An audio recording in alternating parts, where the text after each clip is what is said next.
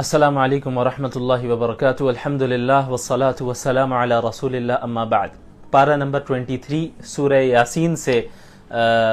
خلاصہ پیش کرنا باقی ہے۔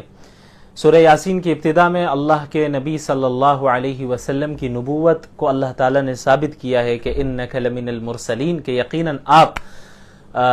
رسولوں میں سے ہے، اور آپ صلی اللہ علیہ وسلم کو جو آپ صلی اللہ تعالیٰ نے مبعوث فرمایا ہے اور جس جگہ مبعوث فرمایا ہے اس کا بھی حکم دیا کہ آپ، اور یہ اس بات کی وضاحت کی کہ اللہ کے نبی صلی اللہ علیہ وسلم کی بعثت کیوں ہوئی ہے، لِتُنذِرَ قَوْمًا مَّا أُنذِرَ آبَاؤُهُمْ فَهُمْ غَافِلُونَ، کہ تاکہ آپ ایسی قوم کو اللہ کے عذاب سے ڈرا دیں جن کے آباء و اجداد کو نہیں ڈرایا گیا تھا۔ اس سے مراد مکۃ المکرمہ کے مشرکین ہیں، مکۃ المکرمہ اور ارد گرد کے جو لوگ تھے وہ ہیں۔ کیونکہ آپ صلی اللہ علیہ وسلم سے پہلے بنی اسماعیل میں، اس مکۃ المکرمہ میں خصوصاً اور بنی اسماعیل میں اور کوئی نبی نہیں آیا تھا، یعنی حضرت اسماعیل تھے، حضرت اسماعیل کے بعد اور کوئی نبی نہیں آیا، ڈائریکٹ محمد صلی اللہ علیہ وسلم اخیر میں آئے۔ نبوت کا سلسلہ بنی اسرائیل میں جاری رہا، لیکن حضرت ابراہیم کے جو بیٹے تھے حضرت اسماعیل، وہ نبی تھے، اور ان کے بعد پھر ان کی نسل میں کوئی نبی نہیں آئے، بس اخیر میں محمد صلی اللہ علیہ وسلم آئے۔ تو جن کے پاس آپ اللہ کے نبی کو مبعوث کیا گیا، ان کے آباء و اجداد کو کوئی ڈرانے والا نہیں آیا تھا ان کے پاس اللہ کا پیغام پہنچانے والا، تو ایسی قوم کے پاس اللہ تعالیٰ نے محمد صلی اللہ علیہ وسلم کو بھیجا۔ اس کے بعد آیت نمبر 13 سے 3 رسولوں کا ذکر ہے۔ وَضْرِبْ لَهُمْ مَثَلًا أَصْحَابَ الْقَرْيَةِ إِذْ جَاءَهَا الْمُرْسَلُونَ، ایک علاقہ تھا جہاں اللہ تعالیٰ نے 2 رسولوں کو ایک ساتھ بھیجا اس قوم کے پاس، اس بستی کے پاس، کہ اللہ کی آیتوں کی تبلیغ کرے، انہیں ایمان والوں کو خوشخبری سنائے، انکار کرنے والوں کو اللہ کے عذاب سے ڈرائے۔ تو ان کی قوم نے دونوں رسولوں کو جھٹلا دیا۔ پھر اللہ تعالیٰ نے ایک تیسرے رسول کو بھی وہیں بھیجا، فَعَزَّزْنَاهُمْ بِثَالِثٍ، اللہ تعالیٰ نے تیسرے رسول کو بھی بھیجا ان کی تائید کے لیے۔ تو تین رسولوں نے ایک ساتھ انہیں دعوت دی، لیکن اس کے باوجود ان لوگوں نے انہیں جھٹلایا۔ اور ایک شخص تھا، وَجَاءَ مِنْ أَقْصَى الْمَدِينَةِ رَجُلٌ يَسْعَىٰ قَالَ يَا قَوْمِ اتَّبِعُوا الْمُرْسَلِينَ، ایک شخص دور دراز علاقے سے، شہر کے دور علاقے سے آتا ہے، وہ ان نبی پر ایمان لے آتا ہے اور اپنی قوم سے کہتا ہے کہ اے میری قوم، ان رسولوں کی اتباع کرو، یہ سچ کہہ رہے ہیں۔ اب یہ شخص کون تھا؟ بعض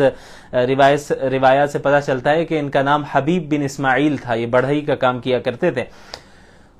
تو انہوں نے اپنی قوم کو دعوت دی اور ہر طرح سے سمجھایا، لیکن ان کی قوم نے پھر بھی نہ مانا اور تینوں رسولوں کو جھٹلایا، یہاں تک کہ یہ جو شخص ہے حبیب بن اسماعیل نجار، ان کی قوم نے انہیں قتل بھی کر دیا۔ تو اللہ تعالیٰ نے پھر ان کے انتقال کے بعد جو ان کو شہید کر دیا گیا، اس کے بعد جو معاملہ ہے اس کا ذکر فرمایا، قیل ادخل الجنہ، ان سے کہا گیا حبیب نجار سے کہ اب آپ جنت میں داخل ہوں، یعنی جنت کی نعمتوں میں رہیں۔ اصل جنت میں داخلہ تو قیامت قائم ہونے کے بعد ہونا ہے، لیکن برزخ میں ہی جنت کی نعمتیں بہت سی دے دی جاتی ہیں۔ تو یہ کہنے لگے، قال یا لیت قومی یعلمون، کاش میری قوم کو معلوم چل جائے، کاش میری قوم کو پتہ چل جاتا کہ اللہ نے مجھے کیا کیا نعمتیں دی ہیں، انہوں نے مجھے قتل کر دیا۔ تو اللہ تعالیٰ نے پھر ان کی قوم کے ساتھ یہ معاملہ فرمایا، آیت نمبر 28، کہ انہیں ہلاک کر دیا۔ اور ہلاک کرنے کے لیے اللہ کو کوئی آسمان سے کوئی بہت زیادہ فوج اتارنی نہیں پڑی، اللہ نہیں اتارنے والے تھے کوئی فوج آسمان سے انہیں ختم کرنے کے لیے۔ اللہ نے فرمایا وَمَا أَنزَلْنَا عَلَىٰ قَوْمِهِ مِن بَعْدِهِ مِن جُندٍ مِّنَ السَّمَاءِ، ہم نے انہیں ہلاک کرنے کے لیے آسمان سے کوئی فوج نہیں اتاری۔ وَمَا كُنَّا مُنزِلِينَ، اور إِن كَانَتْ إِلَّا صَيْحَةً وَاحِدَةً، بس وہ ایک چیخ تھی، اللہ تعالیٰ نے ایک چیخ کے ذریعے پوری قوم کو ختم کر دیا، اور چیخ ماری، اور یعنی اللہ تعالیٰ نے حکم دیا ایک فرشتے کو کہ آپ چیخ لگائیں، اور اس فرشتے کی آواز سے، اس چیخ سے پوری قوم کے جو ہے وہ سینے پھٹ گئے، کلیجے پھٹنے لگے، اور وہ جو ہے سب کے سب مر گئے۔ تو اللہ تعالیٰ نے اس طرح صرف ایک چیخ کے ہی ذریعے پوری قوم کو ختم کر دیا، برباد کر دیا۔ تو اللہ تعالیٰ کے ساتھ مقابلہ کرنا اور اللہ سے یہ سمجھنا کہ ہم اللہ سے مقابلہ کریں گے اور غالب آ جائیں گے، یہ حماقت ہے، یہ بے وقوفی ہے۔ اللہ کا مقابلہ کون کر سکتا ہے؟ تو جو اللہ کی اطاعت کرے گا وہی کامیاب ہونے والا ہے۔ اس کے بعد آیت نمبر 65 میں اللہ تعالیٰ نے یہ بتایا، اليوم نختم علی افواہہم وَتُكَلِّمُنَا أَيْدِيهِمْ وَتَشْهَدُ أَرْجُلُهُمْ بِمَا كَانُوا يَكْسِبُونَ، جو گنہگار ہوں گے، جو کفار ہوں گے، اللہ تعالیٰ ان کی زبان پر، ان کے منہ پر مہر لگا دے گا، اور ان کے اعضاء گواہی دیں گے۔ زبان سے تو ہو سکتا ہے وہ جھوٹ بولیں گے، بعض یہ بھی جھوٹ کہیں گے کہ بھئی وما کننا مشرکین، ہم تو شرک نہیں کیا کرتے تھے، لیکن اللہ ان کے منہ پر ان کی زبان پر مہر لگا دے گا، اور ان کے جو اعضاء ہوں گے، باڈی پارٹس ہوں گے، ہاتھ ہے، پیر ہے، یہ پارٹس گواہی دیں گے کہ بھئی یہ گناہ کیا کرتے تھے۔ پھر آیت نمبر 69 میں مشرکین کی تردید کی گئی ہے کہ مشرکین آپ صلی اللہ علیہ وسلم کے متعلق یہ بھی کہا کرتے تھے کہ علیاذ باللہ یہ شعر و شاعری کرتے ہیں، تو اللہ نے فرمایا وما علمناہ الشعر وما ينبغي له، ہم نے محمد صلی اللہ علیہ وسلم کو شعر و شاعری کی تعلیم نہیں دی، اور ان کی یہ شان کے لائق بھی نہیں ہے کہ وہ شعر و شاعری کرے، بلکہ یہ تو ان هو الا ذکر و قرآن مبین، یہ تو نہایت واضح نصیحت اور کھلا ہوا قرآن کریم ہے۔ اس کے بعد آیت نمبر 77 میں اللہ نے اپنی انسان کی تخلیق کی طرف اور اس کی جو ابتدائی تخلیق کا مرحلہ ہے اس کی طرف غور کرنے کا حکم دیا۔ وَلَمْ يَرَ الْإِنسَانُ أَنَّا خَلَقْنَاهُ مِن نُطْفَةٍ فَإِذَا هُوَ خَصِيمٌ مُبِينٌ۔ مکہ مکرمہ میں ایک شخص تھا، مشرک شخص تھا، عاص بن وائل کے نام سے، وہ ایک مرتبہ آپ صلی اللہ علیہ وسلم کے پاس آتا ہے اور بوسیدہ ہڈی لے کر آتا ہے، اور اس بوسیدہ ہڈی کو وہ بالکل ریزہ ریزہ کر دیتا ہے، اور کہتا ہے مذاق اڑاتے ہوئے کہ اللہ اس کو بھی دوبارہ ٹھیک کر دے گا، اللہ اسے بھی دوبارہ زندہ کر دے گا۔ تو اللہ نے فرمایا کہ ایک ایسا شخص ہے اپنی تخلیق پر غور کرے، اپنی کریشن پہ غور کرے، ایک پانی کے ایک نطفے سے اللہ تعالیٰ نے اسے بنایا، اس کی حیثیت کیا تھی، اور آج جب جو ہے یہ اللہ نے اسے طاقت دے دی، اب انسان کا ڈھانچہ، اس کے جسم تیار ہے، اور وہ اس کے اندر قوت ہے، بات کر سکتا ہے، چل سکتا ہے، پھر سکتا ہے، تو اللہ ہی سے لڑ رہا ہے وہ جو اللہ ایک نطفے سے پورے انسان کو بنانے پر قادر ہے، وہی اللہ اس انسان کے مرنے اور گلنے کے بعد دوبارہ زندہ کرنے پر کیا اسے قادر نہیں ہے؟ بالکل قادر ہے۔ اس کے بعد سورۃ الصافات کی ابتدا ہوتی ہے، یہ بھی مکی صورت ہے، اس میں بھی اسلام کے جو بنیادی عقائد ہیں، توحید ہے، رسالت ہے، قیامت ہے، اس کا اس بات کیا گیا ہے۔ اور اس کے بعد مشرکین کا ایک بہت غلط عقیدہ تھا، وہ یہ تھا کہ وہ سمجھتے تھے کہ فرشتے جو ہیں وہ اللہ کی بیٹیاں ہیں، علیاذ باللہ، تو اس کی بھی تردید کی گئی۔ تو شروع میں اللہ تعالیٰ نے کئی فرشتوں کی قسمیں کھائی ہیں، مختلف فرشتوں کی، والصافات صفا، ان فرشتوں کی قسم جو صفے باندھ کر کھڑے رہتے ہیں، تو مختلف فرشتوں کی قسمیں کھائیں، بلکہ 3 قسم کے فرشتوں کی قسمیں کھائی ہیں، فزاجرات زجرا، اور ایسے فرشتے جو ڈانٹ ڈپٹ کرتے ہیں، یعنی جب شیاطین آسمان کی طرف جاتے ہیں باتیں سننے کے لیے تو فرشتے انہیں بھگاتے ہیں، جناتوں کو، تو زجر کرتے ہیں، توبیخ کرتے ہیں، انہیں ڈانٹتے ہیں، ڈپٹتے ہیں، ان فرشتوں کی قسم، فتالیات ذکرہ، ان فرشتوں کی قسم جو ذکر کی تلاوت کرتے ہیں۔ تو ان کا قسموں کے کھانے کا مقصد یہ ہے کہ بعض تو ایسے تھے مشرکین میں جو فرشتوں ہی کی عبادت کرتے تھے، تو اس کی بھی تردید ہے کہ اللہ ہی واحد ذات ہے جو عبادت کا مستحق ہے، اور ان مشرکین کی بھی تردید ہے جو فرشتوں کو اللہ کی علیاذ باللہ بیٹیاں سمجھا کرتے تھے۔ اس کے بعد آیت نمبر 42 میں سورۃ الصافات کی اللہ تعالیٰ نے اہل جنت کا ذکر کیا کہ اولئک لہم رزق معلوم فواکہ وہم مکرمون، کہ اہل جنت کو رزق معلوم ملے گا، یعنی رزق میں کوئی شبہ نہیں ہوگا کہ پتہ نہیں ملے گا یا نہیں ملے گا، ایسا نہیں، 100% انہیں معلوم ہوگا کہ رزق ملنا ہے۔ اس دنیا میں ہمیں تو اس کی کوئی گارنٹی نہیں ہے نا کہ آج سے 5 سال بعد پتہ نہیں ہم کیا کھائیں گے، کس کنڈیشن میں ہوں گے، فائنینشیل حالت کیا ہوگی، کل کیا کھائیں گے، پرسوں کیا کھائیں گے، ملے گا نہیں ملے گا، اس کی کوئی گارنٹی نہیں ہے۔ لیکن جنت میں کوئی شبہ نہیں ہوگا، رزق ہر حال میں مل کر رہے گا، کوانٹٹی میں بھی، یعنی انلیمیٹڈ کوانٹٹی بھی، کوالٹی بھی شاندار اور ایسے عمدہ کوالٹی کے جس کا ہم اپنی امیجنیشن سے بھی باہر ہو، اور سکون کے ساتھ، یعنی اس بات کا بھی اندیشہ نہیں کہ بھئی ملے گا یا نہیں ملے گا، ہر حال میں ملے گا، یقیناً ملے گا، ہمیشہ ملے گا۔ اس کے بعد اہل جہنم کا ذکر ہے کہ اذالک خیر النزلا شجرۃ الزقوم 63 میں آیت نمبر کے، اس میں اہل جہنم کے کھانے کا ذکر ہے کہ جو زقوم کا درخت ہے وہ ان کا کھانا ہوگا، جو کہ بہت ہی بدبودار اور نہایت کڑوا اور دکھنے میں بھی بہت عجیب و غریب ہوتا ہے، انہیں زبردستی وہ کھائیں گے، بھوک کی عالم ہوگی، یہ حالت ہوگی کہ وہ جو ہے زبردستی اسے کھائیں گے، کھانا پڑے گا، اور وہ حلق میں اٹک جائے گا وہ پھل، اور پھر اب انہیں پانی چاہیے ہوگا تو پھر پانی دیا جائے گا، کھولتا ہوا پانی انہیں پینا پڑے گا، جس سے ان کے جسم کے اندر کے ساری چیزیں وہ گلنے لگیں گی۔ اللہ تعالی ہم لوگوں کی حفاظت فرمائے۔ اس کے بعد آیت نمبر 75 سے مختلف انبیاء علیہم الصلوۃ والسلام کا ذکر شروع ہو رہا ہے، حضرت نوح، حضرت ابراہیم، حضرت موسیٰ، حضرت ہارون، حضرت لوط، حضرت یونس علیہ الصلاۃ والسلام کے واقعات بتائے گئے۔ حضرت نوح علیہ الصلاۃ والسلام نے 950 سال تک دعوت دی، لوگوں نے نہیں مانا، انہوں نے دعا کی تو اللہ نے ان کی دعا کو قبول فرمایا اور حکم دیا کہ کشتی بنائے اور کشتی میں آپ اور مومنین سوار ہو جائیں۔ اللہ نے باقی قوم کو، کفار کو ہلاک کیا۔ پھر جب طوفان ختم ہو گیا اور نوح علیہ السلام اور مومنین زمین میں آئے، تو پھر اب جو نسل انسانی چلی ہے حضرت نوح علیہ الصلاۃ والسلام سے، وہ ان کے 3 بیٹوں سے چلی ہے۔ ایک کا نام سام تھا، ایک کا نام حام تھا اور تیسرے کا نام یافس تھا۔ اس کے بعد آیت نمبر 83 سے حضرت ابراہیم کا ذکر ہے، وَإِنَّ مِن شِيعَتِهِ لَإِبْرَاهِيمَ، کہ حضرت ابراہیم بھی حضرت نوح کے گروہ میں سے ہی تھے، ان کی جماعت میں سے ہی تھے۔ کیا مطلب؟ انبیاء کی جماعت میں سے تھے اور عقائد دونوں کے سیم تھے، دونوں توحید کے قائل تھے، اللہ کے نبی تھے۔ تو انہوں نے بھی اپنی قوم کو سمجھایا کہ بھئی ایسی چیز کی کیوں عبادت کرتے ہو جو تمہیں دیکھ نہیں سکتی اور تمہیں سن نہیں سکتی، تمہاری مدد نہیں کر سکتی، تمہیں کوئی نقصان نہیں پہنچا سکتی، ایسی چیز کی عبادت نہیں کرو۔ پھر جو بھی واقعہ ہے 17ویں پارے میں جو گزرا کہ کس طرح انہوں نے بتوں کو ہلاک کر کے یہ ثابت کیا، بتایا کہ بھئی جو خود کی مدد نہیں کر سکتا تم اس کی عبادت کیسے کرتے ہو۔ پھر اللہ تعالیٰ نے حضرت ابراہیم علیہ الصلاۃ والسلام کو بہت سی آزمائشوں سے گزارا اور ہر آزمائش میں وہ مکمل اترے۔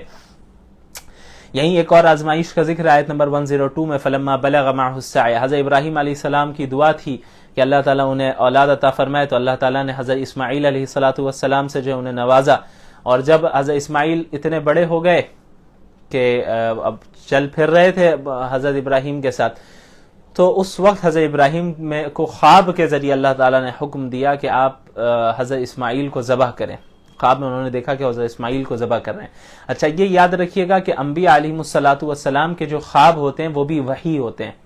عام انسانوں کے خواب کی طرح انبیاء کے خواب نہیں ہوتے۔ یعنی ایک عام انسان جو خواب دیکھتا ہے اس کی کئی مختلف چیزیں ہو سکتی ہیں، یعنی اللہ کی طرف سے بھی وہ خواب ہو سکتا ہے، شیطان کی طرف سے بھی وہ خواب ہو سکتا ہے، اور جو انسان دن بھر سوچتا رہتا ہے اس کے نتیجے میں بھی خواب وہ دیکھ سکتا ہے۔ لیکن انبیاء کے جو خواب ہوتے ہیں وہ 100% وحی ہوتے ہیں، ان میں کوئی شبہ یا کسی دوسری چیز کا شائبہ نہیں ہوتا۔ ایسا نہیں ہو سکتا کہ انبیاء کو علیاذ باللہ شیطان نے خواب دکھایا یا جو وہ خود سوچ رہے ہیں انہوں نے بس ایسے ہی دیکھ لیا جس خواب کا کوئی مطلب نہیں۔ انبیاء علیہم الصلاۃ والسلام کے جتنے خواب ہوتے ہیں وہ وحی ہوتے ہیں، اللہ کی طرف سے ہوتے ہیں۔ تو حضرت ابراہیم نے جب دیکھا کہ بھئی حضرت اسماعیل کو وہ ذبح کر رہے ہیں تو وہ سمجھ گیا کہ اللہ رب العالمین اس طرف اشارہ فرما رہے، تو حضرت اسماعیل سے اپنے بیٹے سے انہوں نے پوچھا کہ میں ایسا دیکھ رہا ہوں۔ تو حضرت اسماعیل بھی آپ یقیناً حضرت ابراہیم کے بیٹے تھے، تو انہوں نے کیا کہا کہ یا ابت افعل ما تؤمر، کہ اے میرے والد آپ کو جو حکم دیا جا رہا ہے آپ وہ کر لیں، میں صبر کروں گا۔ تو پھر اب آپ اندازہ لگائیں اپنے بیٹے کو ذبح کرنا یہ کوئی معمولی بات نہیں ہے۔ حضرت ابراہیم علیہ الصلاۃ والسلام حضرت اسماعیل کو لے گئے اور انہوں نے زمین پر لٹایا، اور جو تفصیلی واقعہ ہے پھر ذبح نہیں ہوئے وہ، بلکہ اللہ تعالیٰ نے جنت سے مینڈھا بھیجا اور پھر ان کے حضرت اسماعیل بچ گئے اور مینڈے کو ذبح کیا گیا۔ تو چونکہ اصل حضرت ابراہیم کا امتحان لینا تھا، انسان کو بیٹے کو ذبح کرانا مقصد نہیں تھا، حضرت ابراہیم کا امتحان لینا تھا کہ اور ان کے امتحان کے ذریعے پوری امت کو اور پوری انسانیت کو پیغام دینا تھا کہ حضرت ابراہیم وہ ہے جنہوں نے ہر آزمائش میں جو ہے کامیابی کے ساتھ وہ ڈٹے رہے اور تمام آزمائش میں وہ پورے اترے، اللہ کے لیے انہوں نے سب کچھ قربان کرنے کے لیے وہ تیار ہو گئے۔ بہرحال اس کے بعد آیت نمبر 139 سے حضرت یونس کا ذکر علیہ السلام، حضرت یونس کے متعلق بھی بتایا تھا، انہوں نے اپنی قوم کو دعوت دی، ان کی قوم نے انکار کیا، تو انہوں نے اپنی قوم سے کہا کہ 3 دن کے بعد عذاب آنے والا ہے۔ تو جس دن عذاب آنے والا تھا اس سے 1 رات پہلے ہی حضرت یونس اللہ کے حکم آنے سے پہلے ہی اپنی بستی سے نکل گئے، تو اللہ تعالیٰ نے عتاب نازل کیا اور حضرت یونس علیہ السلام سمندر میں گئے اور پھر وہاں پر ایک مچھلی کے پیٹ میں رہے، پھر تسبیح انہوں نے اس کا تسبیح جاری رکھی اور اللہ تعالیٰ نے پھر ان کی حفاظت فرمائی۔ اس کے بعد آیت 149 میں ہے فاستفتہم لربک البنات ولہم البنون۔ دیکھیں مشرکین جو ہے نا فرشتوں کے متعلق کیا کہتے تھے کہ اللہ کی بیٹیاں علیاذ باللہ، لیکن ان کے گھر میں جب کوئی خود بیٹی پیدا ہو جاتی تو منہ چھپائے پھرتے، ان بیٹیوں کو زندہ دفنا دیتے تھے، یعنی خود کے ہاں بیٹی پیدا ہونے کو عار اور ذلت محسوس کرتے تھے علیاذ باللہ۔ تو اللہ نے فرمایا کہ ایک طرف تو تم بیٹیوں کو عار اور ذلت سمجھتے ہو کہ تمہارے یہاں اگر کوئی بیٹی پیدا ہو جائے اسے تم عار اور ذلت سمجھتے ہو، اور پھر فرشتوں کو بیٹیاں ہی بنا کے اللہ کی طرف منسوب کر رہے ہو، یعنی جو تم نے اپنے لیے پسند نہیں کیا اس چیز کو اللہ کی طرف کیسے منسوب کر سکتے ہو؟ یعنی حقیقت میں تو جینڈر کے اعتبار سے بیٹے اور بیٹی میں فرق نہیں ہے، بلکہ بیٹیوں کے تو پیدا ہونے کے بہت سے فضائل ہیں، لیکن اگر تم اسے برا سمجھتے ہو یہ تو غلط ہے اپنی جگہ پہ، لیکن اس پر یہ جو دوسرا جرم تم نے کیا کہ جو چیز تم نے اپنے لیے غلط سمجھا ہے جس چیز کو، اسی کو اللہ کی طرف منسوب کر دیا کہ فرشتے اللہ کی بیٹیاں ہیں، الیاذ باللہ۔ تو اللہ تو اس چیز سے پاک ہے کہ تم جو کچھ بھی اللہ کے متعلق کہہ رہے ہو، جیسا کہ آخر میں اللہ نے فرمایا 180 181 182 میں سبحان ربک رب العزت عما یصفون وسلام علی المرسلین والحمد للہ رب العالمین، کہ اللہ رب العالمین جو آپ کا رب ہے، عزت والا رب ہے، وہ ان تمام برائیوں سے عیبوں سے پاک ہیں جو وہ اللہ کی طرف منسوب کر رہے ہیں۔ اللہ کو کسی اولاد کی ضرورت نہیں، والدین کی ضرورت نہیں، بیویوں کی ضرورت نہیں، کسی کی ضرورت نہیں۔ اللہ کسی بھی مخلوق کا یا کسی اور کا جو ہے اللہ تعالیٰ جو ہے وہ پابند نہیں ہے، محتاج نہیں ہے۔ وسلام علی المرسلین، اور تمام رسولوں پر سلامتی ہو، والحمد للہ رب العالمین، اور تمام تعریفیں اللہ رب العالمین کے لیے۔ اس کے بعد سورہ صاد کی ابتدا ہوتی ہے۔ آیت نمبر 5 میں دیکھیں اجعل الالہۃ الہا واحدا ان ھذا لشیء عجاب۔ جناب ابو طالب نبی کریم صلی اللہ علیہ وسلم کو سپورٹ کرتے آ رہے تھے، رشتہ داری کا حق ادا کرتے آئے۔ مشرکین مکہ ان کے پاس پہنچے، انہوں نے کہا کہ آپ محمد کو روکیں کہ وہ ہمارے بتوں کے خلاف نہ کہیں، برا بھلا نہ کہیں۔ اگر وہ برا بھلا کرنے سے جو ہے رک جاتے ہیں تو پھر جو ہے ٹھیک ہے، ہم ان کے ساتھ معاہدہ کریں گے، صلح کر لیں گے، ہم انہیں تسلیم کریں گے، لیکن اگر یہ نہیں باز آتے تو ہم سخت مقابلہ کریں گے۔ تو جناب ابو طالب نے اللہ کے نبی صلی اللہ علیہ وسلم کے پاس اس بات کو پہنچایا، تو انہوں نے یہ کہا کہ میں تو ان کے سامنے ایک ایسی بات پیش کر رہا ہوں کہ اگر انہوں نے اس بات کو قبول کر لیا تو عرب و عجم ان کے سامنے جھک جائیں گے۔ وہ بات کیا ہے؟ وہ توحید کی بات ہے کہ ایک اللہ کی عبادت کرو۔ تو وہ سب کہنے لگے کہ اجعل الالہۃ الہا واحدا، کہ تمام خداؤں کو چھوڑ کر یہ ایک خدا بنا رہا ہے، یعنی تمام خداؤں کو ایک خدا بنا دے رہا ہے۔ یہ تو بڑی عجیب بات ہے، یہ تو بڑے تعجب کی چیز ہے۔ تو اللہ نے ان کا ذکر کیا کہ ان کے لیے کتنے بڑے تعجب کی یہ بات تھی کہ بھئی وہ جو کئی خداؤں اور کئی بتوں کی عبادت کرتے تھے اس کو چھوڑ کر ایک اللہ کی عبادت کرنا انہیں عجیب نظر آ رہا تھا۔ بہرحال سورہ حضرت داؤد حضرت سلیمان علیہ السلام کا ذکر ہے۔ وَوَهَبْنَا لِدَاوُودَ سلیمان، آیت 30-31، کہ ہم نے داؤد علیہ السلام کو سلیمان دیا، بیٹے تھے وہ، نعم العبد انہ اواب۔ حضرت سلیمان کا ذکر ہے علیہ السلام کہ ایک مرتبہ انہوں نے جو ہے ان کے پاس جنگ اور جہاد کے لیے بہت سارے عمدہ قسم کے گھوڑے رکھے ہوئے تھے، تو ایک مرتبہ حضرت سلیمان علیہ السلام گھوڑوں کا معائنہ کر رہے تھے کہ اسی میں مشغول ہو کر عصر کی نماز ان کی چھوٹ گئی، تو انہیں بڑا افسوس ہوا، اور پھر اس کے بعد انہوں نے تمام گھوڑوں کو اللہ کے راستے میں قربان کر دیا۔ اس کے بعد آیت نمبر 41 میں حضرت ایوب کا ذکر ہے، وَاذْكُرْ عَبْدَنَا أَيُّوبَ إِذْ نَادَىٰ رَبَّهُ أَنِّي مَسَّنِيَ الشَّيْطَانُ بِنُصْبٍ وَعَذَابٍ۔ حضرت ایوب کو ایک بہت ہی زبردست بیماری لاحق ہوئی تھی اور بہت آزمائش میں مبتلا تھے، یہ ان کا سارا ساز و سامان،